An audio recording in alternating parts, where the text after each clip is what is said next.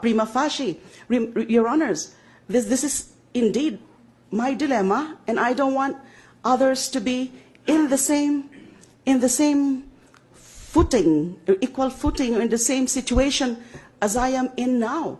Because as far as I'm concerned, Your Honors, I promptly responded to promptly complied with the directive of the Supreme Court for me to file comments. It's beyond my control. Now, the complaints should have been either already disposed of by the Supreme Court. Now, I know it didn't see fit to do so, but it doesn't mean that the effect. That is what is prayed for. I remain confident, Your Honors, that this will be thrown out. Now, the other things, let's forget about that circular 41. Is circular 41? 41.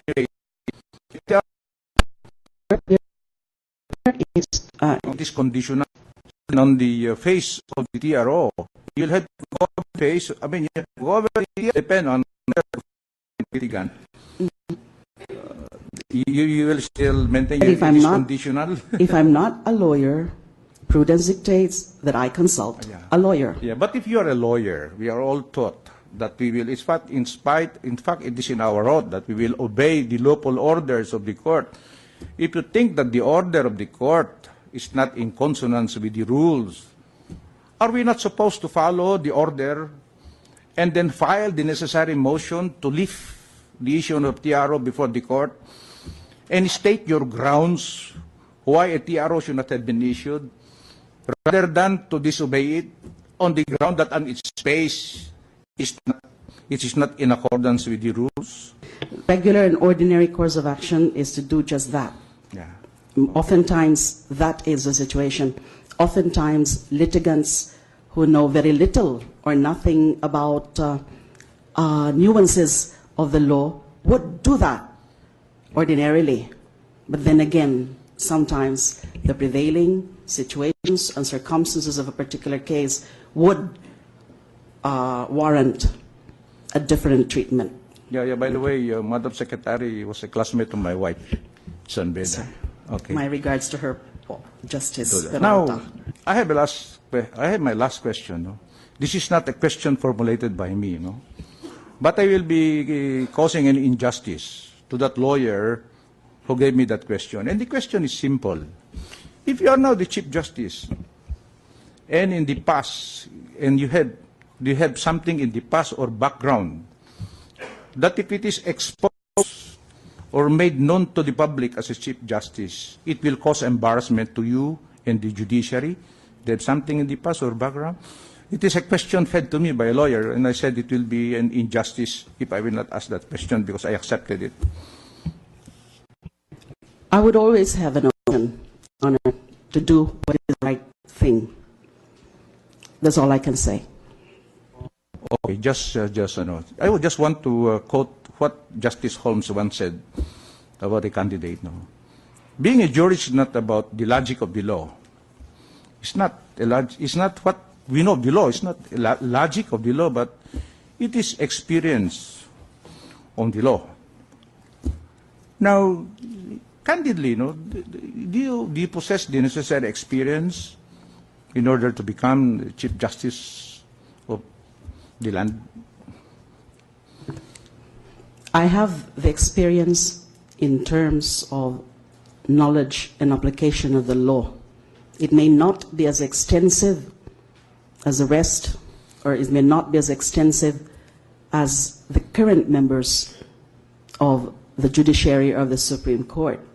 But I have what it takes. I have it in me that with enough industry and dedication and determination and focus, I would be able to exhibit that competence in the command of the law, in the study of the jurisprudence. I'm always a good student of law, and experience also experience would be quite helpful. Thank you. He also agreed that one of the qualities of a Chief Justice or even a jurist is judicial temperament. Yes, of course. yes, Your Honor. I think that's one of the most important qualities, because you will be dealing with experienced jurists, and 14 at that, no? Now, I will read to you of a definition of a judicial temperament, and then tell me if you agree with the definition, and tell me why. Okay. A learned lawyer from the United States of America who was monitoring the qualification of jurists in America wrote this one, and he said, the candidate must have the qualities of patience, open-mindedness, courtesy, tact, firmness, understanding, compassion, and humility. A candidate should be able to deal with people calmly and courteously, and should be willing to hear and consider the views of all sides of a case. A good jurist needs to be even-tempered, yet firm, open-minded, yet willing, and able to reach a decision confident, yet not self-centered. Do you agree with that? Yes, Your Honor, fully. Yeah. Or you agree Completely. fully? Yeah. I agree. Do you have these qualities, Madam Secretary? I do not profess, or I do not pretend to have all those qualities. But you can approximate. I can approximate and I can adjust. Okay. Thank you. That's all, Madam Secretary. Thank you for coming. Thank you. Maraming salamat din po. Thank you so much. The Council will have a few minutes. What? We'll have a recess. We'll take our lunch. We will continue at 2 o'clock in the afternoon or 2:30. Just tell me that 2:30 na lang? It's already 1/4, so we'll start at 2/4 probably. Give us 1 hour, no? Okay. Thank you very much. Session is suspended.